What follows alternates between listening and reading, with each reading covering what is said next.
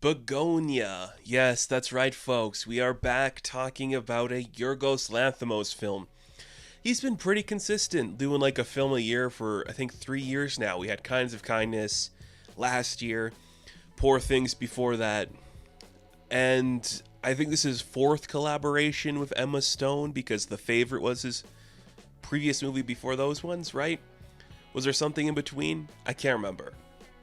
Nonetheless, let's talk about another Yorgos movie. The dude's been consistent. You gotta commend him for that. Your mileage may vary on whether or not you really like his films. There's been a couple of, interesting choices he's made in the things he's done. I really liked Poor Things. Kinds of Kindness was hit or miss for me. Some of it was fine. Not something I really liked.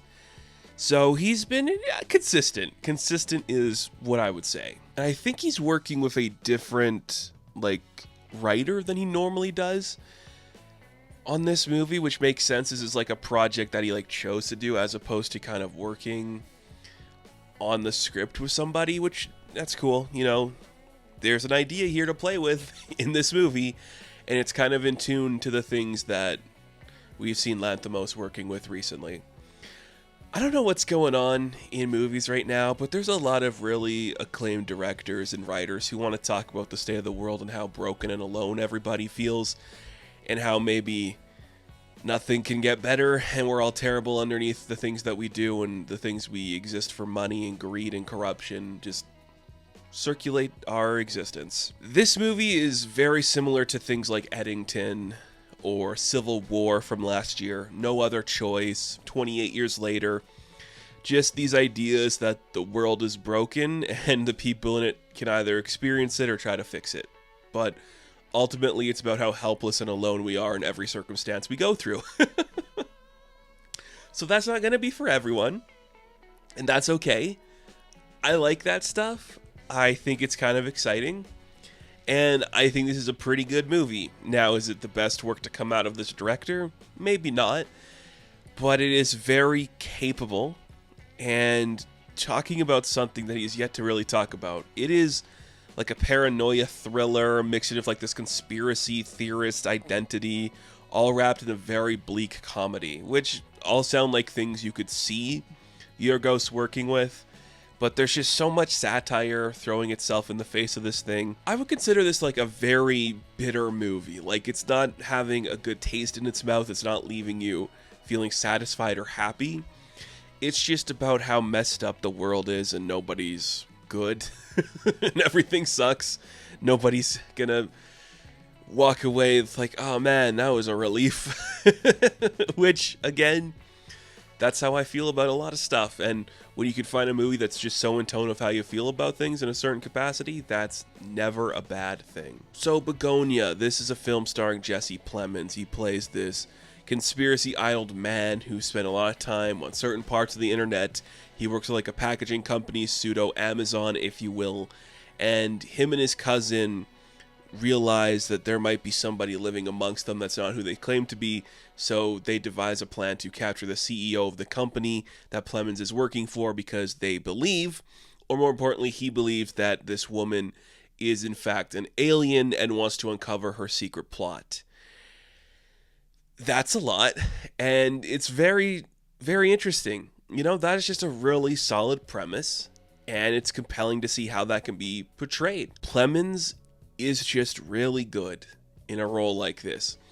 He looks more spindly than he has in the past couple films. I know the guy's gotten in better shape, but man, he just looks so strung out, broken, and kind of decrepit in ways I'm not expecting from him, which is kind of cool. Scraggly hair, constantly out of breath, just looking like a complete wreck. And his cousin, who is played by Aidan Dilbus, plays a very interesting supportive role. This is a man with special needs who is existing on a certain way. He doesn't have the fullest capacity to understand what his cousin's asking him to do. And the way these two play off each other, it just feels like a real family dynamic of a man who's so far gone he can't really help himself from the actions he's taking around the people around him. Plemons is unbelievable. He's just going so hard in a specific direction. He just has all the information in his head about this is real, I know what I'm doing. But the thing is, the movie doesn't portray him as a smart guy. It portrays him as an idiot at every turn, which makes it so interesting that he's the protagonist. Because you don't really root for him. You're just kind of watching a broken man fight in a world that's broken. Which really goes into, like, this being a double pairing with Eddington. Because it's saying these things that these people believe because they read it online or on social media or just whatever is in fact this thing that is viable and real in a specific way. And I wonder what's going on with these directors where they all think this now. And Yorgos is always like this. This is very much a movie like Dogtooth where it's just feel this shit and shut up and don't question anything I'm saying because everything sucks. It's angry. This is an angry movie about bad people and everyone sucks, and sort of about how communication between corporate heads and the working class are just all messed up. Because then you have Emma Stone. Emma Stone plays the CEO of this company, and all of her dialogue, everything she is asked to say or do, is like this corporate level bullshit talk, just saying nothing but saying everything. Like, we're just going to try to defuse the situation using our big corporate language because that's how we're supposed to talk. And it's just presenting her as a dipshit. It's presenting him as a dipshit. Everyone's just an idiot trapped in this stupid world about how humans are failures as a creature and can't do anything. It's really, really bizarre. But I think it handles it in a really fun way. This is probably like the least flashy of like a cinematography or camera work or directing that we've seen from Yorgos in a long time. Very simplistic. I mean, it's just kind of like things are in frame and you can see them well and the world looks very saturated. Like, it's very dry and it's just bitter. Bitter is the word I would use to describe this thing. It just looks bitter too. All the dialogue is angry. Nobody is coming out of this happy. None of the characters are happy. It's so weird how everyone's just miserable and in their own heads about how miserable they are. It's kind of amazing. Like, this is actually getting people interested in seeing a movie because it just hates you too. It's just talking about how much all this sucks. And for being a thriller, it really knows how to hold on to the tension. I think at some points it does get a little too obvious where we're going.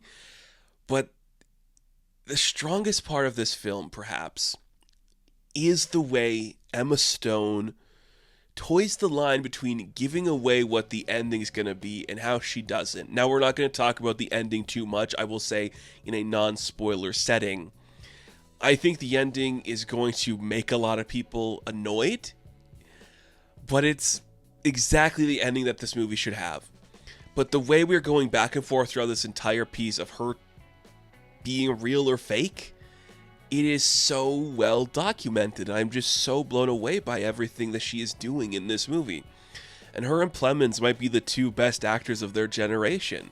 They're just so good playing off each other in these very different ways. Neither of them are intelligent, neither of them are fully capable. And because of the different class structure, like this guy who believes in these things that may or may not be true, and this woman who has all the power in the world and just thinks she can talk down to people in like that corporate way, no one understands anybody and nothing good comes from any of it. Alicia Silverstone's also in this, barely. And of course, Stavi shows up for a bit. If you're a Stavros fan, he's there doing some interesting work. That character is so weird, but I like it. Like, you need that moment of just like, this is how Plemons feels about the world. It's things like this character and the things happening around him just breaking apart. I don't know about Bugonia being a really smart film, but it's speaking to things that a lot of other filmmakers are speaking on and handling it in a way that is as good as the best of them. I think this is a very poignant film about the times we live in and how hysteria can reign supreme in a world full of idiots. And ain't that true about today? It's also just a really good character study about two of the best actors working today doing very distinctive roles, you know? Sometimes that's all you want. That's what I wanted to see from this movie. I got to see that in this movie, and I'm very satisfied with Bugonia as a piece. Just very capable, confident, bizarre, and gorgeous. That's Yorgos, you know? Not as heady as something like Poor Things, but in 2025, do you want a story about being a man in 2025 to be very heady? You know? Do you? Not really. So, Bugonia. I am going to give a 7 out of 10. Now, thank you all for watching this review. Be sure to like and subscribe to the channel. And of course, I will catch you in the next one. Have fun. Stay safe. Good luck.